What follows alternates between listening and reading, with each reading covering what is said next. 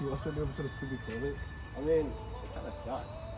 That's why your shoes ragging. That's why your mom and dad. What? Everybody was fighting. Those kids were fast as lightning. In fact, it was a little bit frightening. But they fought with expert timing. There were from funky China. Oh, my tibia! Where's the medic?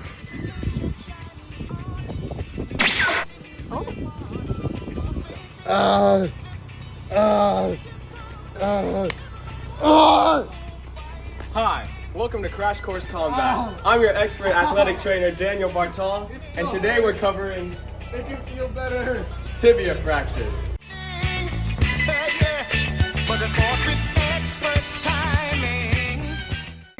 The injury we just witnessed is a tibia fracture, which is whenever your lower leg breaks because of a high energy impact.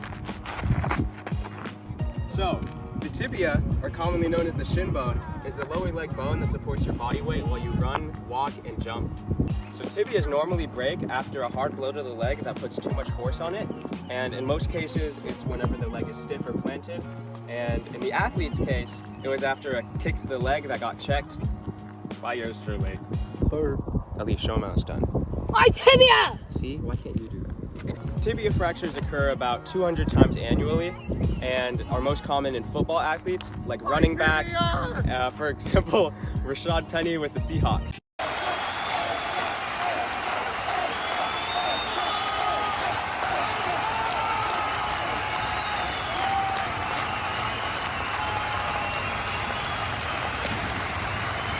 When a tibia breaks, there are a few different fractures that you can get.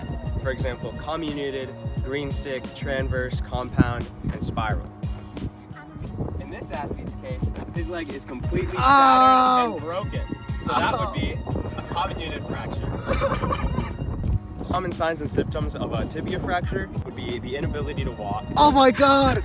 Inability to stand or walk! pain or swelling in the lower leg, limited range of motion in the knee, a tented bone, Oh my god, my bone is tenting! or swelling. Ow, my pain is swelling in leg!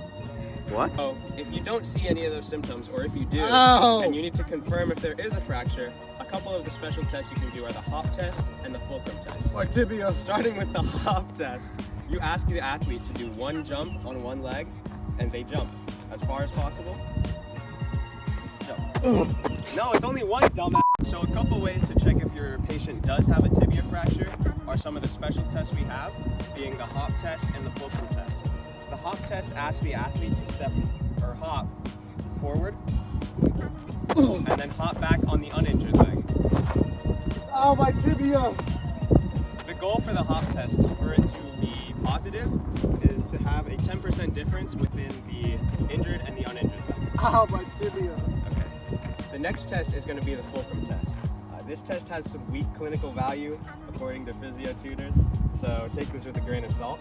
But what you want to do with this test is you ensure that there actually is a fracture Ow, my tibia!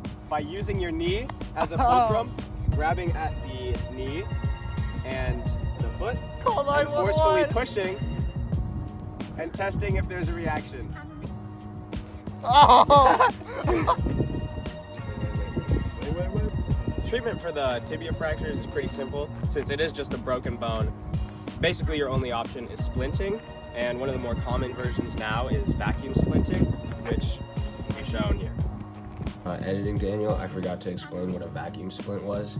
So basically, it's like a polystyrene cast, which is supposed to be like kind of easy to shape around your leg in this case. And when you suck the air out of it, the polystyrene makes it so that without the air, it's like pretty solid and you can't move it.